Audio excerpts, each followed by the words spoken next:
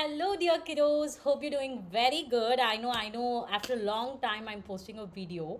But not to worry, I have come up with a very, very interesting topic. Yeah.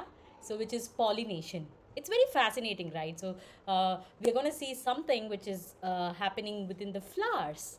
Yeah. The angiosperms, we call them the flowering plants, right? So, look at this slide now. Yeah. What is this now?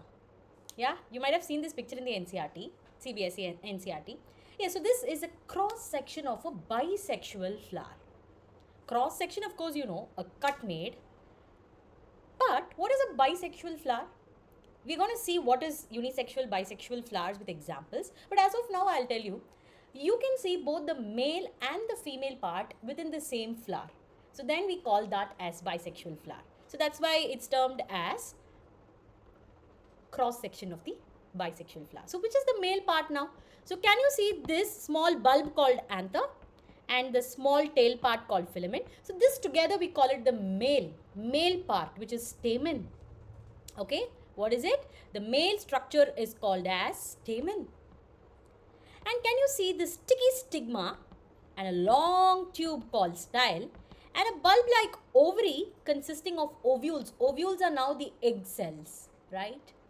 Yeah. So this is indicating that all together is called the pistil, yeah, which is the female part. So that's why we are referring this flower. So what is this flower? It's in a hibiscus flower. Hibiscus is a good example for bisexual flower. Okay, you can see both the male and the female part in a same single flower, right? So that is called as a bisexual flower. Okay, so anther plus filament forms stamen, which is the male part, male reproductive structure. Stigma, style and ovary consisting of ovules, which is together called the pistil, which is the female reproductive system of the flower. Okay, yeah, and the colorful, the most colorful part of the flower, that is called as the petal. And you can see the green color structure which holds the flower, right? Now that is what is called as the sepal. And you can see a bulb at the bottom which is actually holding the entire flower. That is called the receptacle. And this extension here, yeah, we call it the peduncle, which attaches the flower to the stem, to the stalk, right? That is called the peduncle. Okay, so let me throw some lights here and there. So this petals, right? The proper biological term for the petals is corolla. Corolla, corolla. And look at the sepal there. The sepal you can also call as calyx. What is it called? It is otherwise called as the calyx. Okay, so petal or the corolla, sepal or the calyx. Right, so these are the biological terms. So which is the male part now? Stamen. And which is the female part? Pistil. So this pistil, right, you can also refer this as carpel. Pistil or carpel we say. Okay, so now I'm going to give you a task. Okay, I will teach you an easy way to draw this cross section. Okay, it's going to be very interesting. So let me pick a black color for that. So start with something like this. Yeah, and you can draw a bulb, correct? And then you can draw a circle like this, and you can show some ovules like this.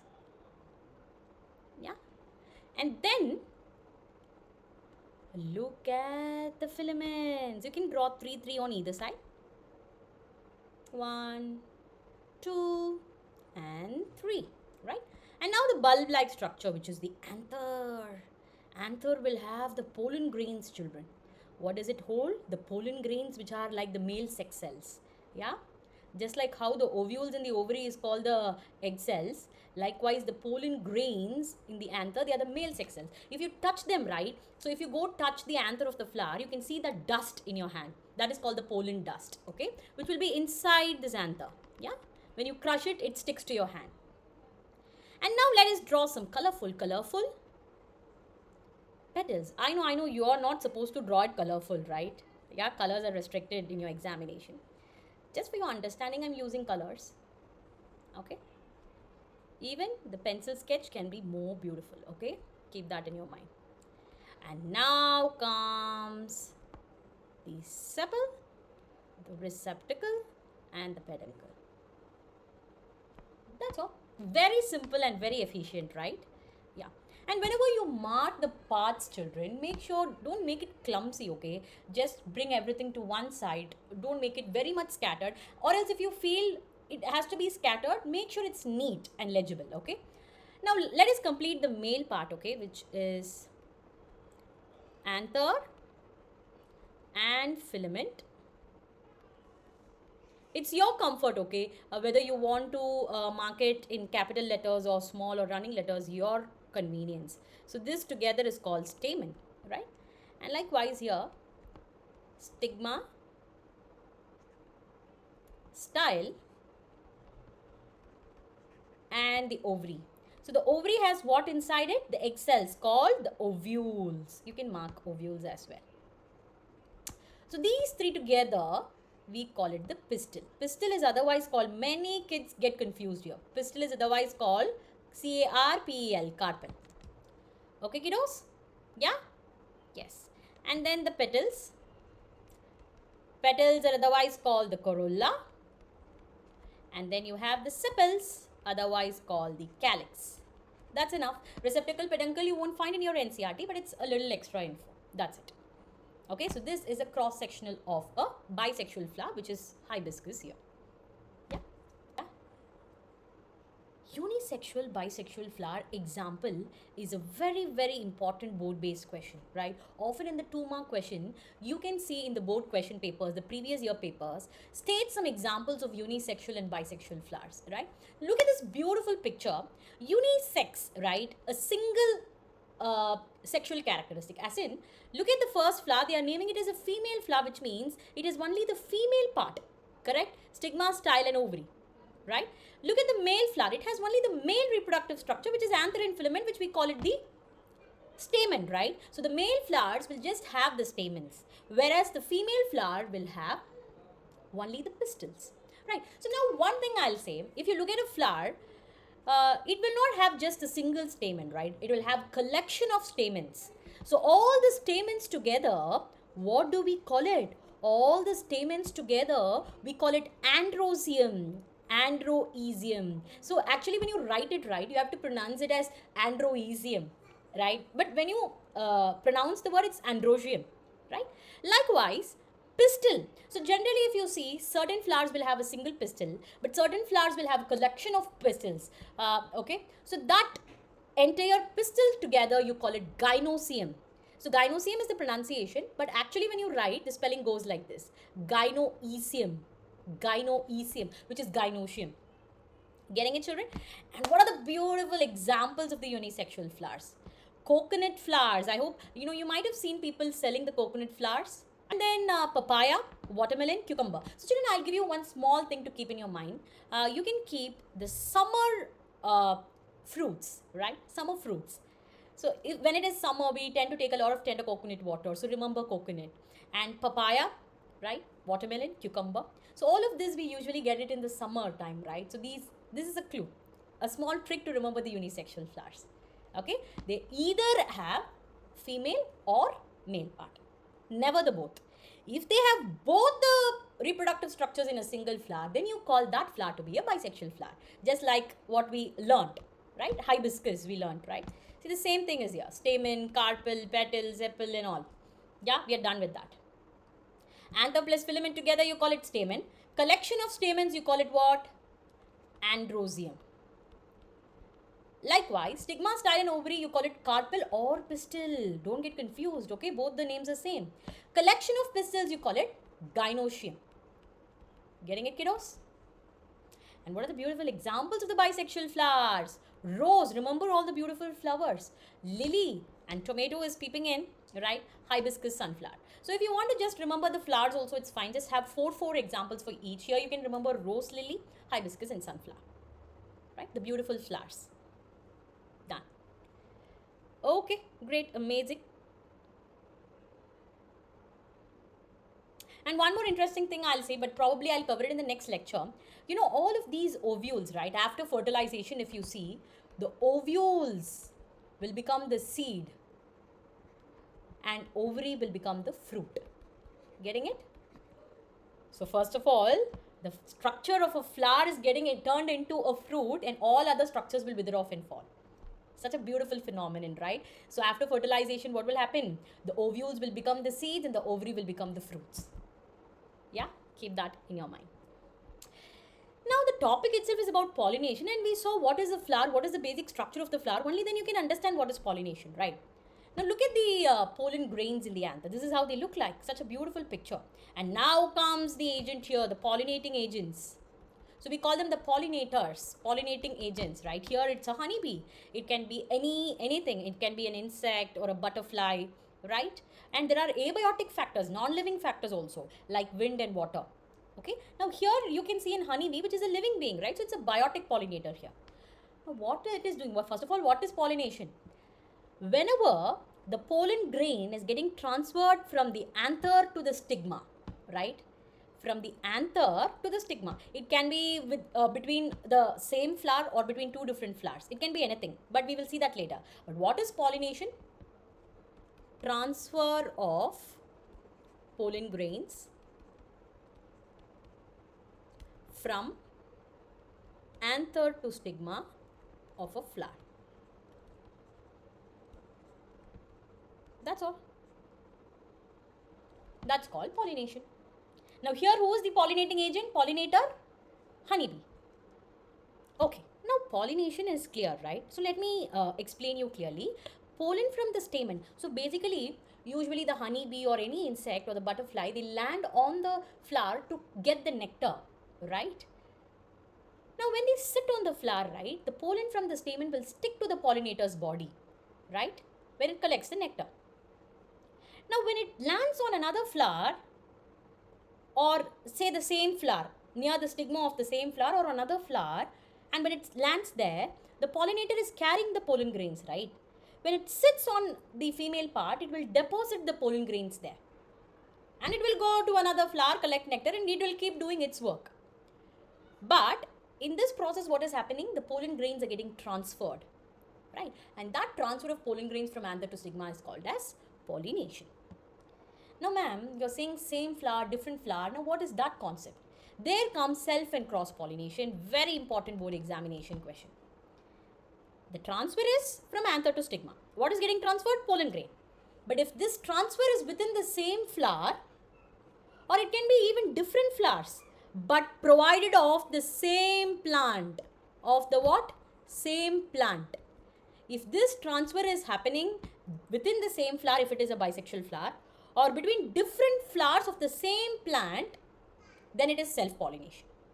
Same flower, a plant might have 2-3 flowers or many flowers. Yeah.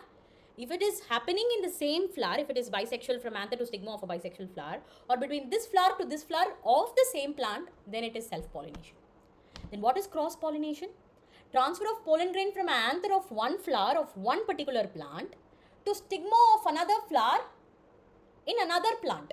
So whenever two different plants come into the being, you call it cross-pollination. Here the key is of another plant. No, of same plant is not the case. Okay? Of another flower of another plant. Getting it? That is what is called as cross-pollination. I have purposefully given this difference because many kids confuse, and never ever make that mistake. Okay? Same flower or different flowers of the same plant is self-pollination. Only when two different plants of same species, then it is cross-pollination. And children, self-pollination, right? In self-pollination, we are saying within the same flower, which means the same flower should have both male and female part. Only then pollen grain can transfer from anther to stigma, right? So therefore, it occurs mostly in bisexual flowers, only in bisexual. Whereas cross-pollination, both in uni and bisexual. Self-pollination, if you see, it does not lead to much genetic diversity. It won't create much differences, variation, because it is happening within the same plant, correct? But here, different plants are involved, so there is more genetic diversity created. Clear? Yes, very, very important board question. And then this is an extra information which is not there in NCERT. If you're interested, you can learn it, or else you can slightly move the video, okay? So pollination, of course, self and cross-pollination, okay? If the names autogamy and geitonogamy are confusing, just don't remember, just know it, that's it. Autogamy means, see, between same flower, within the same flower if transfer is happening. Whereas geitonogamy means different flowers of the same plant.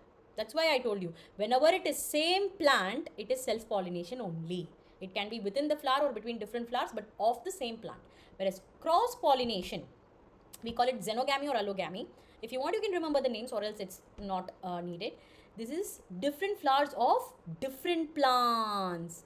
Very, very important. Two different plants are involved here of the same species. Okay, you get all the hybrids, right? Yeah. And now abiotic and biotic. So in cross pollination, or generally in pollination, the pollinators, right, the pollinating agents are very important. They can be non-living or living. Non-living like wind and water. So we call it anemophily and hydrophily. Anemo means wind, hydro means water. Okay, if you want, you can remember it. It might be helpful in your competitive exams. Biotic means living pollinators. Just like we saw honeybee, butterflies and all, they are insects, right? So entomophily we say. Entomo means insects. Ornitho means birds. When the bird comes, sits in a plant, the pollen dust might get onto the body. When it goes and sits in another plant, it might deposit all the dust, right? Yeah. And then the bats. Chiropterophily. Chiropterophily, right? Chiro, split the word. Chiropterophily. Okay, great. And then another important board question. Children, if you see the reproduction step in the plant, the very first step is pollination. Only when pollination happens, fertilization can take place, right? First, the male gamete has to go meet the female gamete. Only then they fuse together to form the zygote. That is called as fertilization. So pollination, you can explain what is pollination. Transfer of pollen grain from anther to stigma. This is the first step in the reproduction of a plant. Whereas fertilization is what? Write the definition. When the male and the female gamete fuse together to form the diploid zygote. Haploid, diploid. Haploid, if you see the sex cells, they have half the number of chromosomes. Whereas if you see, say suppose X plus X is fusing to give 2X, right? So this X is haploid. Haploid male gamete and a haploid female gamete is fusing together to form a diploid zygote. Diploid means having two sets of chromosomes. One set from father, one set from mother, right? And pollination precedes, yes, it's the first step of before fertilization in reproduction, right? And generally in pollination, external agents like pollinators are involved, biotic, abiotic. Whereas in fertilization, it is occurring inside the flower, right? Inside the ovary, to be more particular. And it does not depend on any external factors.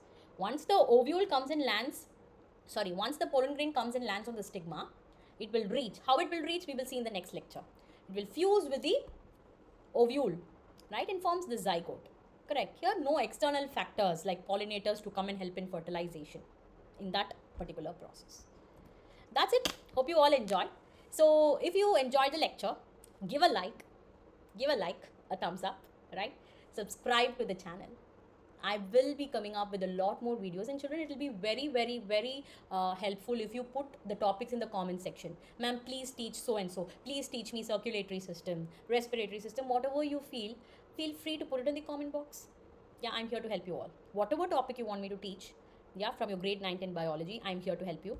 And apart from that, kiddos, do subscribe and share it with your friends. It'll be very helpful. Trust me. Yeah, share it with your classmates. Give them the link, right? Ask them to watch the video. If they like, they can, they can subscribe and all. No compulsion.